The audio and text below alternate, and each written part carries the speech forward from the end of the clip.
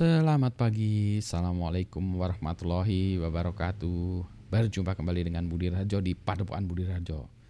Kita mulai dengan ngopi dulu Pak, bukan minum air putih. Bismillahirrahmanirrahim. Kenapa air putih? Karena kopinya sudah yang pertama tadi pagi habis ngajar. Jadi ngajar dulu, sekarang baru buat videonya. Nanti ngopi ada sesi kedua dan mungkin ketiga. Ini hari Rabu, hari yang paling padat ya dalam kegiatan saya. Pagi ngajar, terus break sebentar ini, terus nanti siang ada entrepreneurship mentoring. Tuh abis itu ada futsal, terus abis itu malam ada bedah buku bisnis dan seterusnya. Habis itu tidur.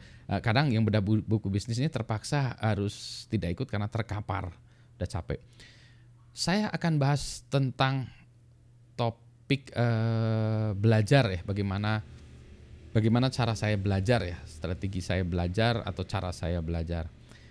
Yang mana ini akan berbeda untuk setiap orang ya. Jadi ini juga saya tidak menganjurkan cara saya ini. Dengan kata lain sebetulnya Anda harus cari cara Anda, bagaimana Anda belajar yang cocok dengan cara Anda. Kenapa demikian? Yang pertama, ini saya lihat itu ya, bahwa banyak hal-hal yang saya pelajari itu adalah hal-hal yang state of the art atau terbaru, sehingga saya nggak punya tempat untuk belajar. Sering begitu ya, jadi saya harus cari tempat sendiri karena belum ada orang yang membuat tutorial mengajar baik secara formal maupun informal. Jadi kalau sekarang search di YouTube ya, belum ada, atau obscure gitu ya. Kalau dulu wah lebih susah lagi karena harus cari paper, makalah, buku, wah susah sekali ya. Jadi gitu ya, jadi terpaksa harus belajar sendiri. Nah belajar sendiri itu kan sering ketanggor. Ketanggor itu maksudnya nabrak-nabrak ya, karena saya nggak tahu ya kan, nggak tahu ini harusnya bagaimana. Jadi belajar sendiri itu sangat memang tidak efisien. Maka orang mengambil pelajaran-pelajaran di kuliah, maka perannya dari kampus itu begitu ya, menstrukturkan apa yang harus dipelajari ini sehingga orang belajarnya bisa lebih cepat ya, lebih efisien. Nah, kalau nggak ada kayak saya ya nabrak-nabrak ya. Jadi makanya kuliah ataupun orang yang ngambil kuliah online ya kayak apa yang lagi rame Udemy gitu ya misalnya. Nah itu kan gitu ya terstruktur gitu.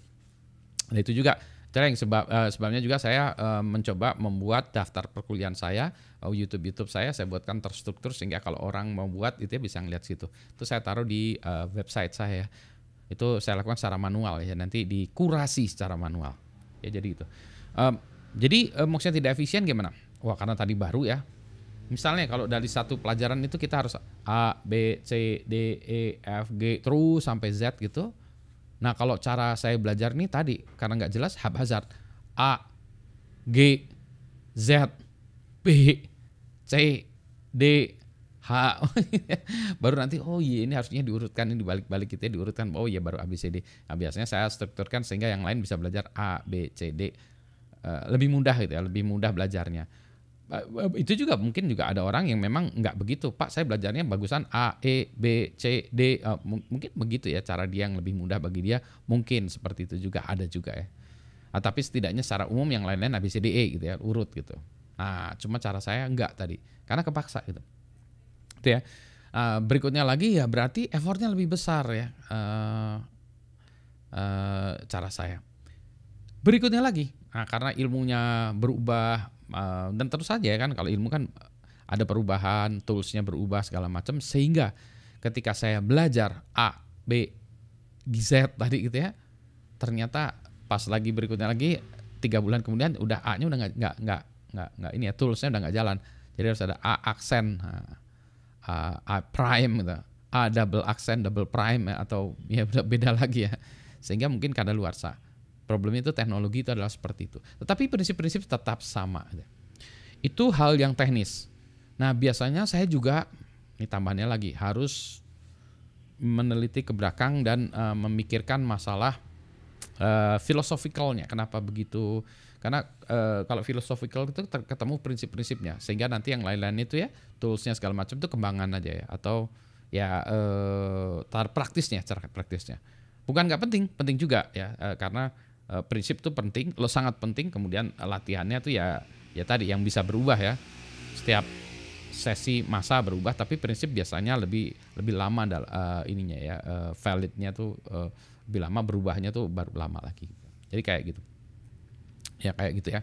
Contoh dulu waktu awal-awal belajar blockchain terpaksa buat toolsnya semua harus develop dengan bahasa Python sendiri gitu ya. Barulah kemudian muncul Hyperledger, juga terpaksa harus maksa teman-teman dari waktu itu saya maksa, mohon maaf teman-teman IBM, saya paksa ya karena IBM salah satu pendukung Hyperledger ya, dengan ininya kalau dunia Linux International ya, yang membuat ini ya, mengembangkan Hyperledger. Maka saya paksa nih teman-teman IBM untuk ngajarin Hyperledger. Mereka pun baru belajar ya, karena masih baru, terpaksa ngajarin kami, sama-sama belajar gitu ya. Sehingga saya dan mahasiswa nabrak-nabrak juga tuh. Udah selesai gitu, 6 bulan kemudian 1 tahun depannya udah beda lagi. Toolsnya udah lebih bagus tentu saja. Tapi ada beberapa hal yang kepaksa harus diubah karena pendekatannya berubah gitu ya. Sehingga yang lain-lain juga berubah. Ini juga dalam belajar, sekarang kalau kita bicara blockchain udah tiba-tiba udah ada Solana. Dulu belum ada ya. Berarti harus belajar lagi Solana. Dulu belum ada ini Solidity, harus belajar kalau di Ethereum Solidity, terus nanti harus belajar Solana lagi, harus belajar lain lagi. Itu di dalam satu aspek ya. Itu baru kita bicara tentang blockchain. Di bidang lain juga teknologi juga saya harus belajar lagi tentang core. Saya kan salah satunya adalah security. Harus belajar tentang bagaimana melakukan debugging terhadap smart contract. Saya nggak tahu gimana cara debuggingnya smart contract gitu ya. Ya itu. Terus deploymentnya gimana? Saya harus punya testnet sendiri.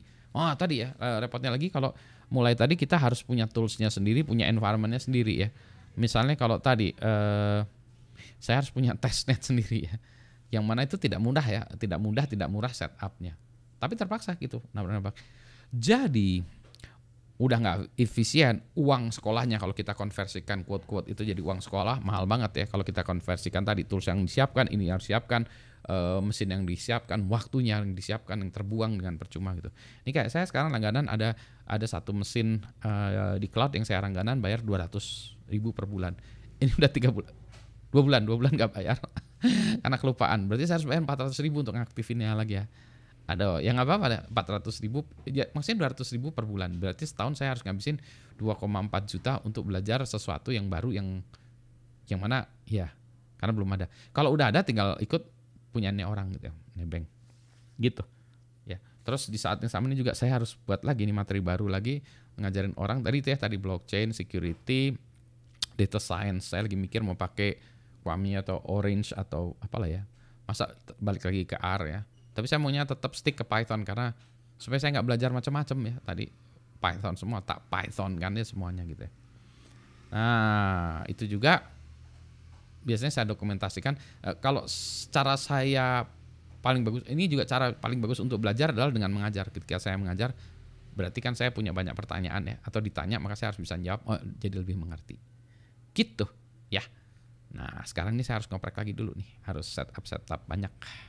Begitulah, jadi itu cara saya belajar. Nah, ada tambahan lagi. Cara saya belajar juga saya tidak takut salah. Dalam artian, mungkin modelnya saya kayak gini ya. Kalau saya analogikan, kalau ini soal musik ya. Kalau saya belajar main musik, chord ya, belajar chord dulu ya. C, F, G, 3 jurus, manggung saya. Atau jam session dengan orang, kita main gitu ya gitu. Meskipun saya hanya tahu gitu. Kalau orang yang punya keilmuan musik nggak gitu, dia belajar dulu teori musik segala macam, baru habis itu setelah itu buat struktur, buat karangan untuk manggung, baru nanti manggung. Sehingga akibatnya yang pagi itu ilmunya lebih bagus, teorinya bagus, tapi jam terbangnya kurang. Sementara saya teorinya nyaris 0, nggak ada. Teorinya 1% atau 2% atau 5%, tapi jam terbangnya banyak. Mana yang lebih baik? Ini beda pendekatan aja ya. Dua-duanya menurut saya sama-sama baik gitu. Yang baik tentu saja yang orang yang punya teori jam terbangnya tinggi. Tapi tidak banyak yang seperti itu ya. Yang banyakan itu ya tadi either one way itu. Nah, saya juga ngelihat dari orang-orang yang jagoan misalnya di bidang musik ya, yang jagoan buat musik juga nggak tahu teori musiknya ya. Misalnya The Beatles gitu ya. Chordnya saya baru nemu chord gini. Chordnya adalah B, bass atau apalah gitu ya. Jeng. Jadi akhirnya lagu apa? Jadi lagu nggak tahu lagu apa itu ya. Hard Day's Night atau Michelle atau apa gitu. Jadi, nah itu jadi baru tahu chord baru lagi gitu ya. Nggak tahu chordnya gini bunyinya kayak gini gitu ya. Atau Dave Grohl ya, Foo Fighter, lagu Everlong ya. Dia kenapa chordnya gitu? Nggak tahu yang gini. Kok keluarnya enak gitu ya, gini. Padahal itu D major 7 kalau kita lihat, D major 7. Gitu ya. Tapi itu untuk menunjukkan bahwa tadi ya aliran tarif saya itu masih oke. Berarti saya lihat orang-orang yang hebat juga banyak juga yang melakukan seperti itu ya, jam terbang, jreng. Dengan kata lain kalau main bola juga gitu. Main bola ya banyak kita main bola gitu. Ada orang yang masuk sekolah sepak bola dulu. Saya termasuk yang enggak. Jreng aja. Tapi saya tadi ya tidak takut salah dalam artian saya berguru ke banyak orang, datangin guru-guru yang pintar. Main gitar yuk, main gitar. Itu apa tuh chordnya? Kayak gitu. Oh iya kayak gini. Oh saya nggak bisa, tolong ngajarin saya dong. Nah, oh ya jadi tambah lebih baik lagi. Maka mainlah atau terbanglah atau berjam session lah dengan orang-orang hebat ya. Karena kita ketularan jadi hebat. Kalau main bola juga cobalah main dengan jangan jagoan ya. Main langsung dengan ya kalau bisa ketemu jagoan, boleh main dengan Ronaldo, Messi atau siapa yang Anda anggap jagoan, bolehlah ya dengan mereka supaya kita ketularan jadi hebat juga gitu ya.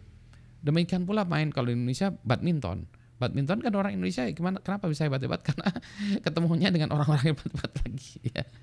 Gitu. Nah, maka kita di dalam sirkuit kita gitu ya. Kita juga harus mencoba gitu. Fly with eagles and be one of them gitu. Bahwa kita masih anak bawang newbie nggak masalah ya. Dan memang semua begitu, harus mulai dari bawah. Dan tapi jangan terlalu khawatir dan juga tidak boleh terlalu sombong, arogan segala macam ya. Banyak juga orang yang arogan, opinionated, segala merasa dia paling benar, nggak boleh gitu juga gitu ya. Namanya belajar tuh juga tahu bahwa saya cuma ilmu saya segini, saya belajar kepada Anda, tapi saya juga nggak takut salah, tolong koreksi ini kayak gimana gitu. Jadi cara belajar saya seperti itu ya. Seperti anak-anak tidak takut salah ya. Anak-anak kalau dari belajar waktu kecil kan kita juga gitu ya, nyusun Lego jatuh ya udah nggak apa-apa kita buat lagi ya, penuh dengan kesabaran. Tidak efisien nggak apa-apa ya, namanya juga belajar begitu ya. Semoga ini bisa menginspirasi anda yang masih belum tahu gimana mau belajar, ketakutan belajar, atau kalau gagal belajar gitu ya semuanya, dan itu biasa. Atau kalau belajarnya susah banget, lama, nggak apa-apa juga. Saya juga gitu. Orang-orang yang hebat-hebat juga gitu juga gitu. Tidak semua orang belajar sekali langsung bisa, nggak seperti itu gitu. Ya. Tapi yang tadi ya, yang penting adalah semangat mau belajar terus dan terus ya. Ada orang yang bilang work hard, work smart gitu. Kalau saya work hard tetap ya, work hard itu penting ya. Work smart ya bagus sih, tapi work hard lah ya. Kalau kita nggak bisa work hard ya, kadang smartness nggak muncul. Ya work hard aja dulu ya, gitu ya. Oke, saya sekarang mau download salah satu makalah dulu, mau baca karena nggak ngerti, atau saya mau baca dari awalnya dulu ya. Biar nggak apa-apa lah. Yang penting saya baca dulu, mau belajar dulu ya. Bentar ya, belajar dulu ya. Habis itu mau meeting lagi. Abis itu mau buat kopi lagi supaya segar. Ini badan udah remuk-remuk nih kayaknya. Harus minum kopi. Selamat pagi. Assalamualaikum warahmatullahi wabarakatuh.